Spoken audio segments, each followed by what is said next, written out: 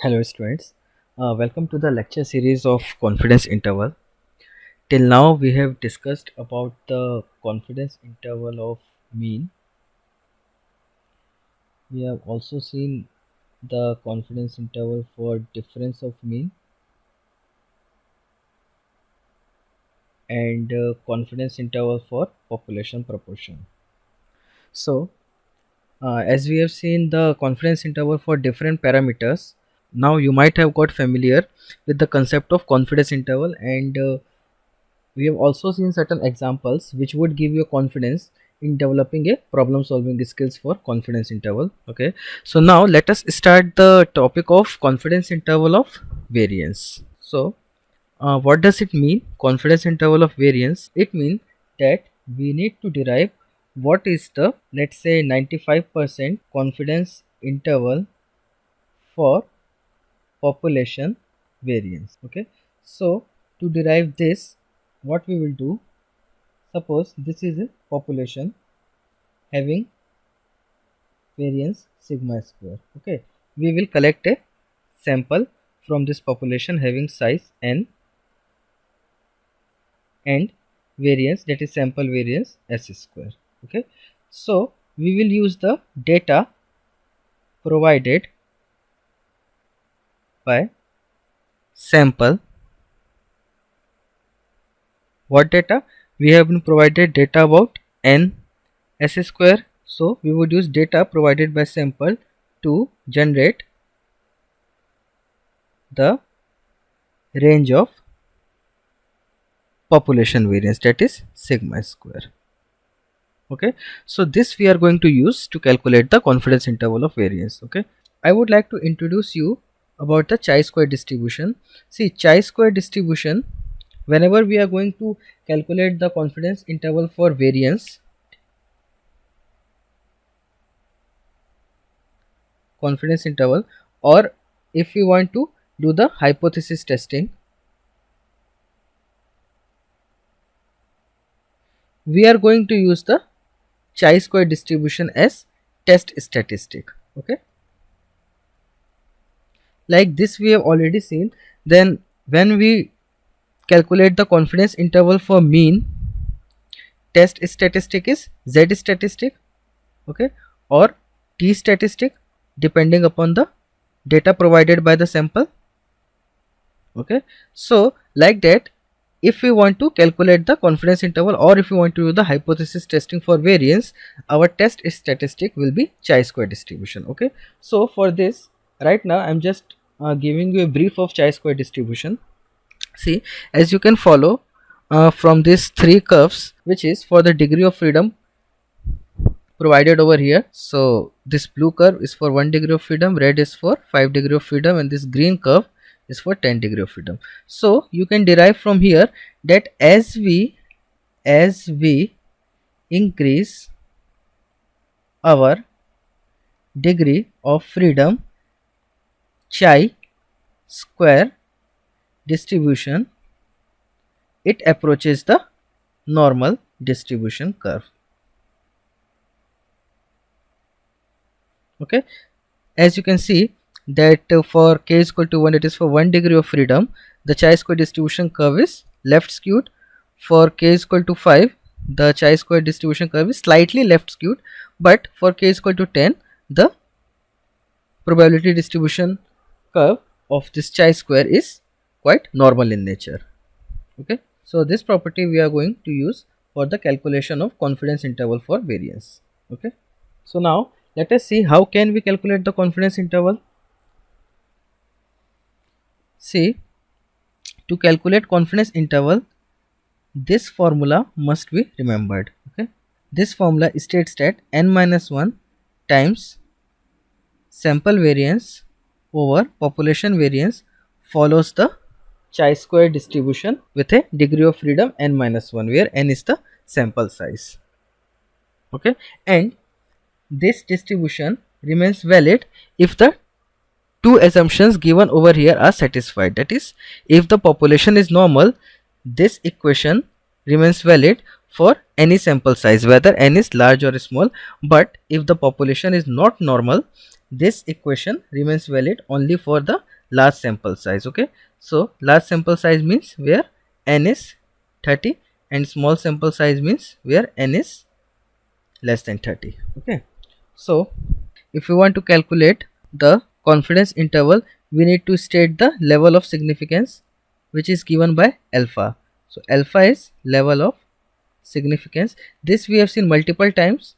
By now you might have got familiar with what is alpha. Okay, so what is 1 minus alpha? 1 minus alpha would be the confidence level. Confidence level. Okay, so this formula is used to infer the confidence interval of variance. Okay, so once we solve this formula, we would get this formula. Okay, so this formula states the range of population variance with a confidence level of 95%. Okay, we have just put the value, that is alpha is equal to 5% in this equation, then we would get this equation. Okay, so now let's try to solve an example for the confidence interval of variance. The property price of a particular location are listed below. Estimate the population variance and standard deviation for the property price of the location with 95% confidence. Let us first write down the given data in the question. What is the sample size? N. So this we have to count the number of sample of the property price, that is 1 2 3 4 5 6 7 8. So n is equal to 8. What is confidence level?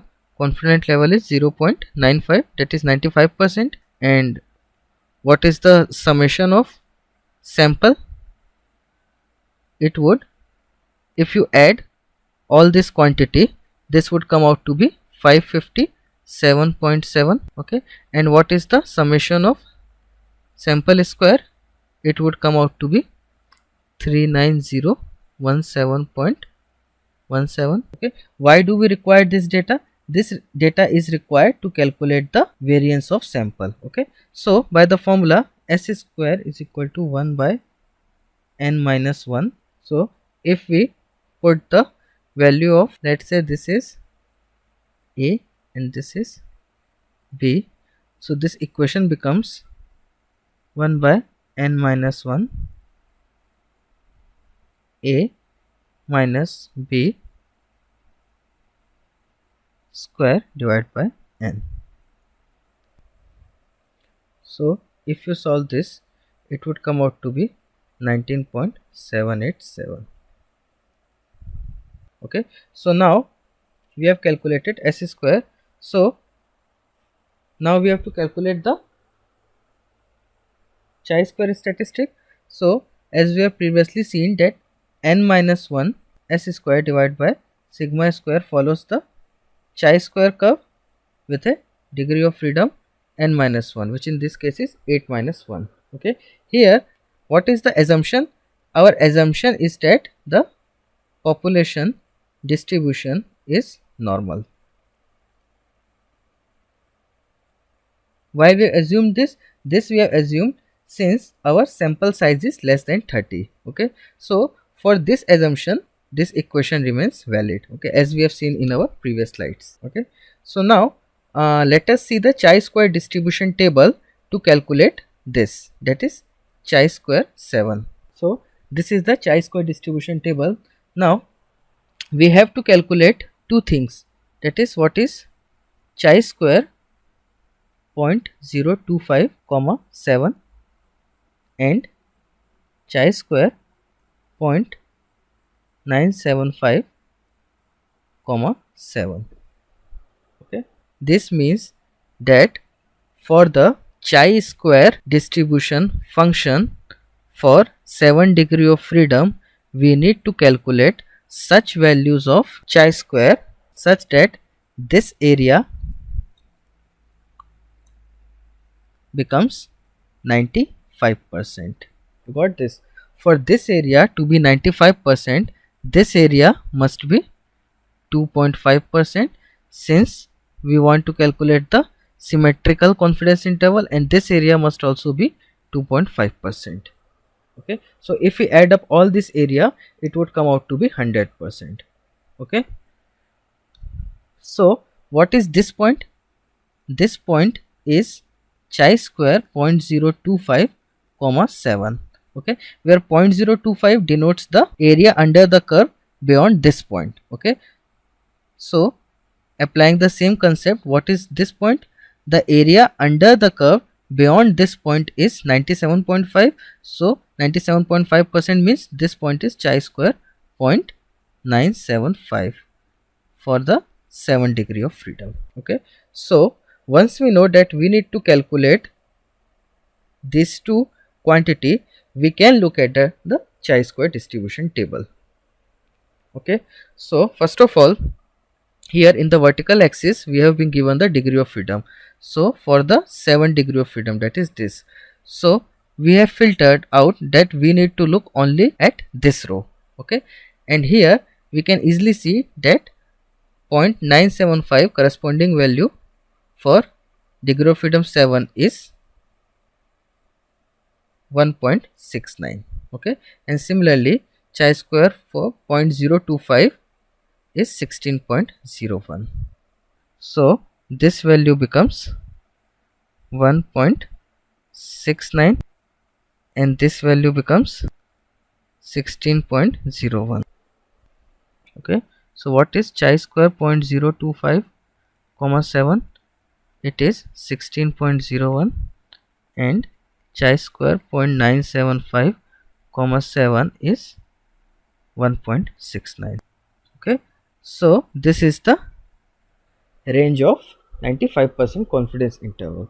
Okay, so we need to put this value into the equation which we derived, that is 8 minus 1 times 19.787 divided by sigma square. Probably I should delete this, is greater than 1.69 and less than 16.01.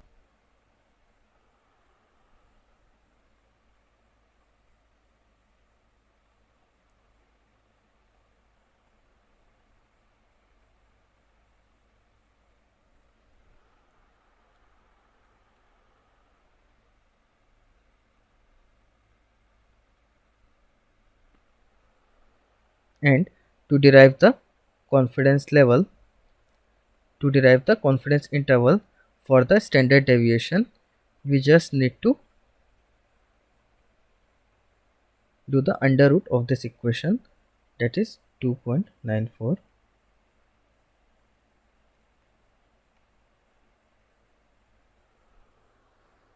Okay, so we have seen how to calculate the confidence interval for population variance. So that's all for now. Thank you.